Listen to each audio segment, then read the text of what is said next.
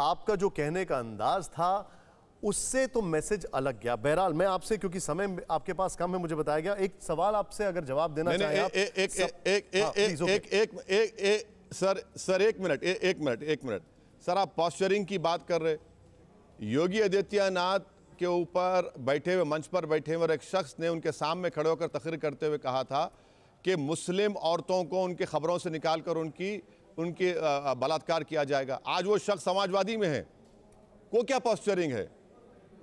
अब आप बोलिए कि मियाँ अब्बा क्या है, वो क्या पॉस्चरिंग है? खबरस्तान शमशान क्या पॉस्चरिंग है? मैं तो एक नाइंसाफी का जिक्र कर रहा हूं और उस पर सब चिराग हो जाते हैं। ठीक है, आप क्या इस पे कमेंट करना चाहेंगे कि सपा से टिकट पाने के लिए पूर्व चेयरमैन फिरोज पप्पू की हुई थी हत्या, ऐसी खबर आई है। पूर्व सांसद रिजवान जहीर, उनकी बेटी और दामाद के साथ 6 गिरफ्तार हुए। क्या आप इस पे कमेंट करना चाहेंगे?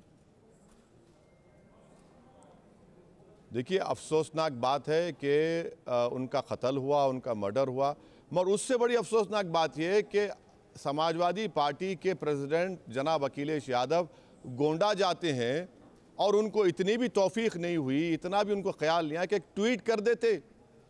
ट्वीट कर देते जिसकी वाइफ चेयरमैन है वहाँ की तुलसीपुर की, उसका मर्डर हो गया। कोई समाजवादी के लोग नहीं जाते, हमारे एमआईएम पार्टी के लोग गए, बावजूद इसके कि वो समाजवादी के हैं, मगर हमको इस बात का गुस्सा है कि उनका मर्डर कैसे हुआ। योगी राज में तो आए दिन लोगों का मर्डर हो रहा है, और ना अखिलेश यादव को उसकी फिक्र है। हाँ, अगर उसका नाम कुछ और होता तो योगी भी पहुंच जाते और अखिलेश भी पहुंच जाते, जैसा कि गोरखपुर में हुआ था। एक आखिरी सवाल, प्रधानमंत्री के साथ जो कुछ भी पंजाब में हुआ उस पर जो आपका कमेंट था, वो कमेंट आपने उनका सपोर्ट करते हुए दिया है, आपका इस पर क्या कहना है? देखिए, मेरा मानना यह है कि प्रधानमंत्री आज मोदी हैं, कल नहीं रहेंगे इंशाअल्लाह, मगर प्रधानमंत्री की सिक्योरिटी तो ज़रूरी है ना। उस सिक्योरिटी में ब्रीच हुआ है, और वो क्यों हुआ है, कैसे हुआ है, और कांग्रेस ने तो बीजेपी को एक हैंडल दे दिया, पॉलिटिकल हैंडल दे दिया इस तरह की मिसकम्युनिकेशन करके वहाँ पर। और उसके बाद आप क्या देखते हैं कि 2 दिन तक आपका चैनल भी माशाल्लाह खूब दिखाया उसको। अब उससे क्या मैसेजिंग हो गया? तो यही एक कांग्रेस पार्टी की बिल्कुल पॉलिटिकल इमेच्योरिटी है उनकी, कि सेल्फ गोल करने में, और बल्कि पैर में नहीं बल्कि अपने हाथ और पैर में गोली मारने के माहिर हैं लोग। मगर प्रधानमंत्री की सिक्योरिटी एक पैरामाउंट इंपॉर्टेंस है, और आज सुप्रीम कोर्ट ने भी तो कमेटी बना दीजिए। अब सुप्रीम कोर्ट भी उसमें आ गया है, अब सब सामने आएगा। देखिए, पूरे देश के सामने सब चीज़ें सामने आएगी। ओवैसी साहब, क्योंकि हम लोगों ने बात की एग्रेशन की और बहुत सारी चीज़ों की, असम के मुख्यमंत्री कहते हैं, और ये बड़ी अजीब सी की बात थी कि उनका कहना था कि आपकी तुलना बाबर से और औरंगज़ेब से की। कहते हैं कि भारत को निज़ाम की हिस्ट्री की ज़रूरत नहीं है, ओवैसी भी ख़त्म हो जाएगा। देखिए, वो वहाँ के मुख्यमंत्री हैं जहाँ पर वो हमेशा कहते हैं कि मुझे इंडिजिनियस मुसलमान से मतलब नहीं है। तो क्या असदुद्दीन ओवैसी इंडिजिनियस मुसलमान नहीं है? उस्मान अली ख़ान बहादुर इंडिजिनियस मुसलमान नहीं है? देखिए, जो हरिद्वार में और छत्तीसगढ़ में जो धर्म संसद हुआ, वहाँ पर तो जेनोसाइड और नरसंहार की बात हुई। तो वो लोग मुस्लिम जेनोसाइड की बात कर रहे हैं, यहाँ पर हैदराबाद तेलंगाना आकर बोल रहे हैं कि ओवैसी को मिटा दिया जाएगा। तो दोनों की ज़बान एक ही है। बीजेपी मिटाने की बात करती है, बीजेपी ज़िंदगी देने की बात नहीं करती है ना। बीजेपी बचाने की बात नहीं करती, बीजेपी सिर्फ मिटाने की बात करती है। तो ये जनता देख रही है देश की कि एक आसाम का मुख्यमंत्री आकर एक मेंबर ऑफ पार्लियामेंट से कह रहा है कि उसको हम मिटा देंगे। तो मिटाइए आप।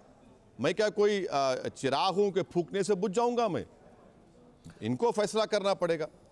आपने ये क्यों कहा, और ये मैं थोड़ा समझना चाहता हूं इससे, क्योंकि पोस्ट इलेक्शंस अगर कुछ और तब्दीलियां होती हैं तो फिर ये सवाल सामने आएगा ही आएगा।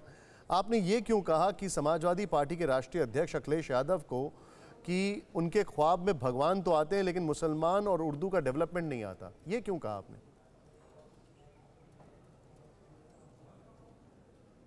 देखिए, एक शख्स जो 5 साल भारत की सबसे बड़े प्रदेश का मुख्यमंत्री होने का उसको एक ऑनर और एजाज़ हासिल है, वो ये कह रहे हैं कि मेरे ख्वाब में कृष्ण आए और कहा कि तुमको सत्ता मिल रही है। एक बीजेपी के राज्यसभा के एमपी लेटर लिखते हैं बीजेपी के प्रेसिडेंट को कि योगी आदित्यनाथ को मथुरा से टिकट दिया जाए इलेक्शन लड़ने का, क्योंकि कृष्ण आकर उनको ख्वाब में कहें। अरे भैया, ये लोकशाही है, जमहूरियत है। क्या ख्वाबों की आपके ख्वाब में आ गए तो फिर आप चले जाइए राजभवन को और गवर्नर साहब, मैडम गवर्नर से कह दीजिए कि हमको भगवान हमारे ख्वाब में आए थे, हमको शपथ दिला दीजिए आप। बल्कि वहाँ भी मत जाइए, आप भगवान से कह दीजिए कि हमको ओथ दिला दीजिए। क्या बात है, मजाक है क्या ये? भाई आपके ख्वाबों में, बीजेपी के ख्वाबों में वो गंगा पर तैरती हुई लाशें क्यों नहीं नजर आती? हाथरस की वो बेबस बच्ची नजर क्यों नहीं आती? और अखिलेश यादव को अपने दौर में जो 50,000 मुसलमान बेघर हो गए मुजफ्फरनगर के कांड में, कई मसाजिद और कई ज़मीनें आज भी ऑक्यूपाइड नहीं है, उनको ख्वाब में ये नज़र नहीं आता। इनको सिर्फ ख्वाब में वो खुद नज़र आते। यानी वो उर्दू में बोलते हैं कि गुरूर और तकब्बुर में इतना डूबे हुए हैं कि उनको सिर्फ अपनी ज़ात से मतलब है, अपनी इंडिविजुअलिटी से योगी और अखिलेश को मतलब है कि बस कुछ भी हो जाओ, मैं मुख्यमंत्री बन जाऊं, बस मैं मुख्यमंत्री। अरे भाई, आप मुख्यमंत्री क्यों बनेंगे? आपकी पॉपुलैरिटी के लिए, जनता के फायदे के लिए, जिसको आपने नहीं कर पाए। तो इससे इनकी एक माइंडसेट और इनकी नीयत का अंदाजा होता है, योगी आदित्यनाथ की और अखिलेश यादव की, कि इनकी नीयत में उत्तर प्रदेश की 25 करोड़ जनता नहीं है। ये समझ रहे हैं कि बस हम ही हैं, हमको बना दो और सब ठीक हो जाएगा। ऐसा नहीं हो सकता है ना। ओवैसी साहब, बहुत बहुत शुक्रिया, ऑल द बेस्ट चुनावों के लिए आपको, और स्टे सेफ। बड़ा कठिन दौर है। TV9 भारतवर्ष से बातचीत करने के लिए शुक्रिया आपका।